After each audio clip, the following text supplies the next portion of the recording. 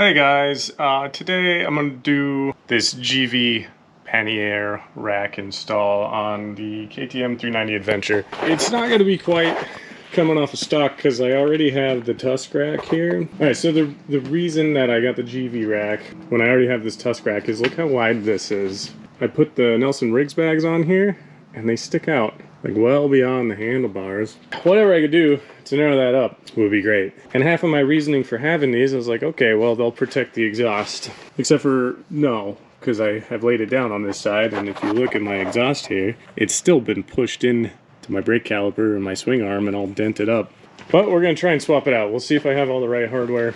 If not, you'll never see this video. All right, I remember these being crazy tight stock. I think they had like red thread lock or something on them. They're less tight now. Anyway, I'll put up on the screen a list of things I use through this, and I can't remember if these were aftermarket with the Tusk or stock. And then I'll be using thread lock. If there's anything else, like I said, I'll throw it up on the screen here.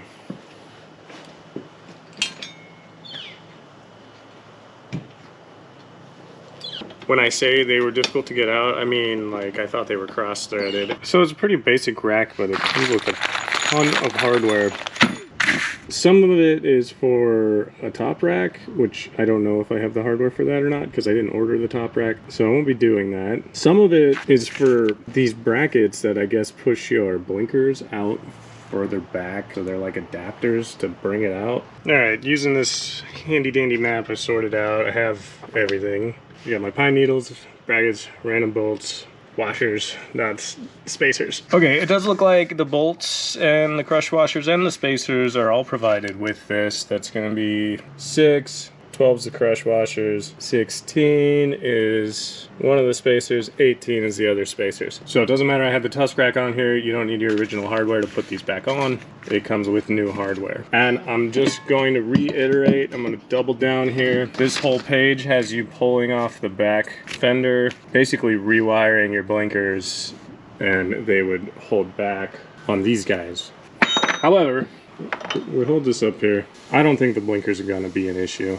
I really don't think it's worth all the effort. The only reason you might, if you think you're going to do it, you might want to do it now because I believe you got to pull this whole thing off to do that.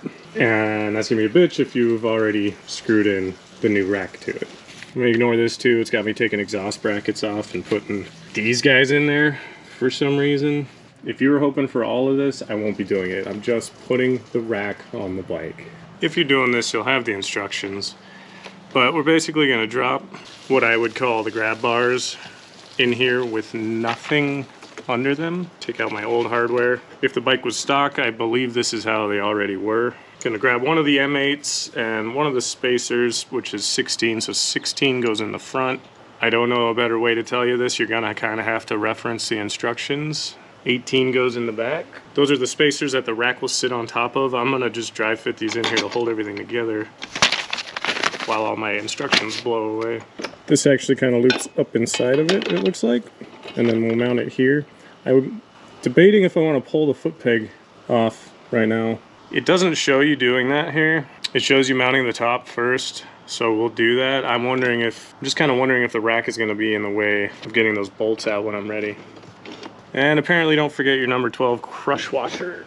Same thing, so there's the passenger handle, then a spacer, then the rack, then the crush washer, like that, going through all of it. And the bolts I had in there were Imperial, and then this called for a metric head, so I think it's 5 millimeters. I'm not going to do these very tight. I want to be able to wiggle stuff around down there. Alright, we still have play. That side's on. I'm going to just repeat the process for the other side. So again, it's the 16, which I just screwed up, so I'll just look at what we have here. Oh, they'll actually fit in the hole, right? Like, you can't put the bigger one in the front, so if you get confused.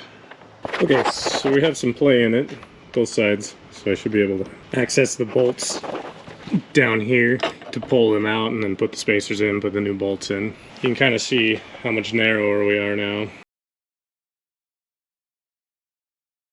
I love that. I'm just gonna reiterate, unless you're doing like a hard bags, or maybe you need it for the top mount or some of the extra attachments, really don't think you need. I mean, half of the instructions here are pulling off and dealing with the blinkers and putting that back up. The only point is to just move your blinkers back, maybe to be seen from the side, past your luggage, maybe not to hit your hard cases if you're getting hard cases. I'm not. I ride off-road mostly, and I'm not worried about it. Our next step will be to pull this bolt out of the back here, and we'll be screwing these off at their last mounting point. That's going to be number 7. It's a M8, whatever length that is. These spacers, another crush washer, as shown in figure D.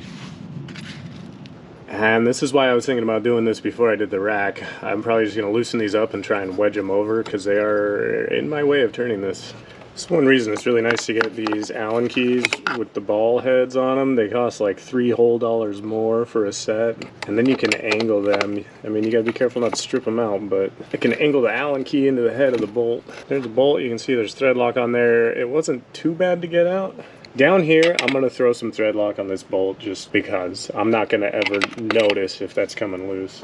So just put a bunch of blue thread lock on there. It's the number 7 bolt, number 17 spacer here. And then we need the crush washer on the bolt. Spacer goes between the rack and the frame. Hopefully you can see that on the camera. Well, you got the foot peg, spacer, frame, locking nut, bolt. And now this should be nice. All these are going to be the same size. Imperial or standard or whatever you want to call it, SAE is the most ridiculous sizing ever. Okay, I'm going to leave these all just a little bit loose. I remember from the Tusk rack, when you go to put the back on, you want some flex so you can kind of align things properly. Not much to this so far. I'm going to repeat the process for the other side here. Just loosen that side as well so I can get this broke free. It's a little more awkward angle because of the way I need to turn the bolt. Yeah, they're very tight, but not so tight that you can't do it by hand. I'll put this up earlier in the video, but I highly recommend just doing this before you put the rack on. It seems so obvious. Okay, got the other bolt out. Again, red thread lock. Is red is when you don't want stuff to come apart. And I believe that's why when I did the Tusk rack, those top bolts were so difficult. So this is what I'll be using. Just running up a line on the side of the bolt. That's how I do it. At least the part where the threads are going. Maybe put the washer on before you do that, and then it doesn't get covered in thread lock. It's very nice. These spacers are sized properly. They fit right in to all the slots where they're supposed to. Getting these back in is a bit of a chore. I think I need more play up here and it's locking in. So I'm just loosening these top bolts some more so that the rack has some freedom to move around. Back that off just a little until we have a little bit of wiggle room here in the back. So now we're gonna take this bar.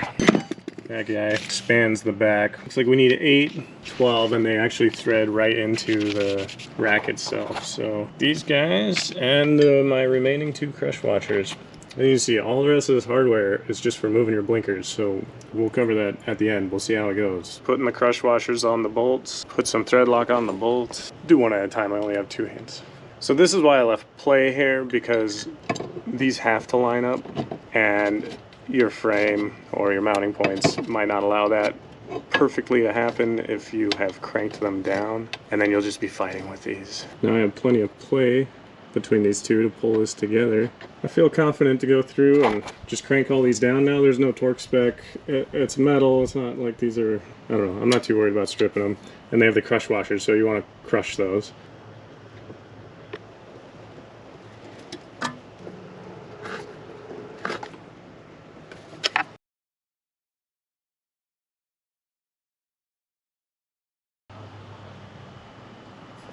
All right, that's the rack. I mean, that is on there. I think it looks 1,000 million times better than that big honkin' Tusk rack on there. I'm gonna go throw my bags on now and see. I'm worried that the exhaust might shoot up into it. I'm gonna have to see how things sit here. I also don't know if these come off. I feel like those are just going to annoy me. So I'm holding my bags up here, and these tabs are just gonna be in the way. So I grabbed a flathead. The back is plastic, so on this side you can see I have some more Allen head bolts. I'm probably right now just gonna pull those out. I won't film it, you know, just take the bolts out. All right, those came out super easy. I don't have the hard cases. I assume these lock into them or something. I'm not sure what else they would be for. Okay, honestly, it's probably almost an hour later. These bags are such a pain to put on and off. I will say, if you have the Tusk rack, they have these quick release mechanisms, and there's a plate here, which you can, if you want, strap whatever you want onto that, and then you just pull that, and they drop out. And that'd be great if you're wanting to remove your bags, put them back on, like you don't want to leave all your luggage maybe somewhere. Much narrower though. I'm very happy with how they sit on here. I will note that they sit higher. The Tusk rack is lower. I was having this issue though where I was riding more technical stuff and I need to move my feet back and kind of drop them down, stand up. My heels were running into the bags, which means they were way down here. So I should be totally clear now of those. A little bit here. I could move these even back further though, I think, if I needed to. So I think for riding, they won't interfere with my riding as much. However, the weight will be higher on the bike. So if you're really loaded down, you're gonna get a little more top heavy, I guess. My other thing, I don't know yet. It's kind of hard to get on the camera. This guy is gonna shoot up and out right here, and I just really hope we're not gonna end up melting the bag here. I'll have to give some thought to what some options might be for a heat shield or something, because they are expensive bags. I would be upset if I melted a hole through them. Honestly, I think I probably have enough clearance here. They're not gonna touch. I could tighten them up a bit. That might be one thing to be aware of. The other thing is, it has all these little nubs on here, which I assume is part of a quick release system that Givi has for maybe hard bags. I may end up taking those out just because as these rub, it may wear through the material. And I don't know, I might ride a bit and just see if it's really wearing a hole through there real bad or not. But not a bad install, very easy. I like the look, and I'm very much looking forward to moto camping with these. If I straighten out my handlebars now, we can see, yeah, I'd say we're about the width of the handlebars now, so that is much more reasonable than the way the bag's sat on the Tusk rack. The other issue is this is a lot higher, so I have a ton of slack now. I'm hesitant to cut these in case I end up wanting to use them on some other rack, you know, and need that extra slack. But that's a minor issue. I gotta decide for myself what I want to do there. So if I was Jared, I wouldn't need any of this. I could just moto camp with a hammock and a duffel bag on there. Apparently I'm needy and like more fancy stuff. I got a windscreen coming. I'll do a video on that here maybe tomorrow or the next day if it shows up on time. And I'm hoping to be able to take this highway a couple hours and then go hit sections of remote BDR, camp, ride some more, take the highway back. I just can't do that on the TW, and I can't do that on the KLX, and I already have this bike. It's not a Tenere, it's not a BMW. It's also a lot easier to ride off-road than those bikes are. So that's it. That's the rack install. I hope that's informative for someone. I actually really like it. I've never bought Givi products before. It seems well made. Textured powder coat on it. All the parts fit perfect. Alignment was perfect. All right, that's it. It's a video. Hopefully I can cut this down to something pretty short. Install was short. And this is all the extra hardware I have from not doing the blinkers, which again, if you look at it, you can actually still, with these bags anyway, you can still see them from the sides. They are not interfering with anything. I see no reason to do the blinkers. They do advertise it just with this big, huge, hard case system, which is one of the reasons why I didn't look at this rack when I was looking, because it's not apparent. You can't even see the rack in the picture, right? It just looks like a hard case luggage rack. So there you have it. Thanks for watching. I'll catch you tomorrow or Sunday. We'll be doing something.